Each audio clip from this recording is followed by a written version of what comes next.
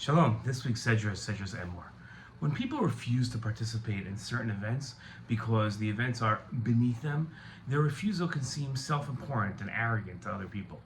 Yet, there are times when people's positions demand dignity, and they demand respect from other people, and participating in events would reflect poorly on them. In this week's Torah portion, we find that Kohanim are prohibited from becoming Tameh because it would be considered beneath their dignity. At the start of this week's Torah portion, we learn, God said to Moshe, "Speak to the Kohanim, the sons of Aaron, and say to them, no Kohen shall become Tameh for any dead person among his close relatives, except for the relatives that are closest to him, his mother, his father, his son, his daughter, his brother, and also for a sister who was a virgin, close to him because she has not become someone's wife yet. For her he may become Tameh.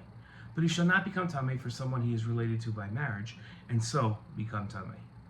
Now, in his commentary to the Kohen not being permitted to become Tameh, the Sforno wrote that the reason why a Kohen is not to become Tameh through contact with the dead, except to his close relatives, is that the Kohen is indeed a distinguished, highly placed member of his people.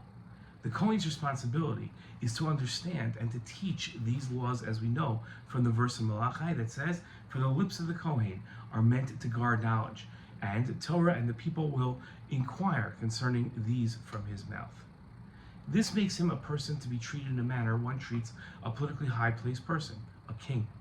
Seeing he is supposed to be ever ready to serve the King of Kings in his temple, it is not appropriate for such a person to desecrate his status, even temporarily, in order to participate in the burial rites of ordinary people. That was the Sforno's explanation. The Rambam wrote that there is a commandment to hold the temple in awe. As it states in the Torah, "You shall revere my temple."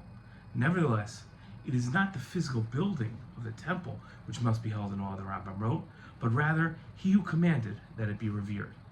It isn't just that the temple that must be revered, but the Kohanim must be honored as well. As the Rambam wrote, the Kohanim were set aside from the Leviim and obviously from the Israelim as a whole to perform the animal offering service.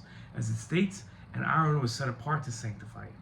It is a commandment, a mitzvah, to distinguish the Kohanim, to make them sacred, and to prepare them for the offerings. As it states in the Torah, "And you shall sanctify him, because he offers the food for your God." It is necessary for every Jewish person to show the Kohanim much honor and to give them priority for every matter of sanctity, to begin reading the Torah first, to recite the blessings first, and to take a desirable portion of food at any meal first. In his Guide to the Perplexed, Rambam explained the purpose of the Tameh status. The object of the temple was to create in the hearts of those who enter it certain feelings of awe and reverence. In accordance with the command that we discussed before, "You shall revere my temple." But when we continuously see an object, however sublime it may be, our regard for that object will be lessened, and the impression we have received of it will be weakened. Our sages, considering this fact, said that we should not enter the temple whenever we liked, and pointed to the words from Mishlei, "Make your foot rare in the house of your friend." For this reason, Tameh people were not allowed to enter the temple. All this serves to keep people away from the temple and to prevent them from entering it whenever they liked.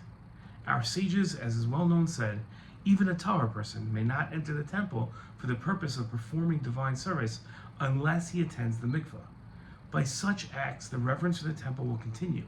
The right impression will be produced, which leads man, as is intended, to humility."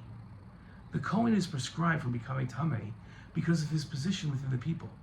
There is nothing nefarious about becoming Tameh.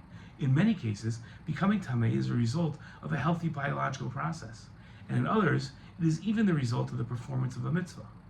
Becoming Tameh is below the Kohen's dignity because it prevents him from serving in the temple, his primary responsibility. While it could seem that the Kohen is acting arrogantly by avoiding funerals of those he isn't related to, it is essential that people with public roles in teaching Torah and helping the Jewish people serve God keep up a dignified and respectful image to the people. It's an important lesson that we learned this Shabbat. Shalom.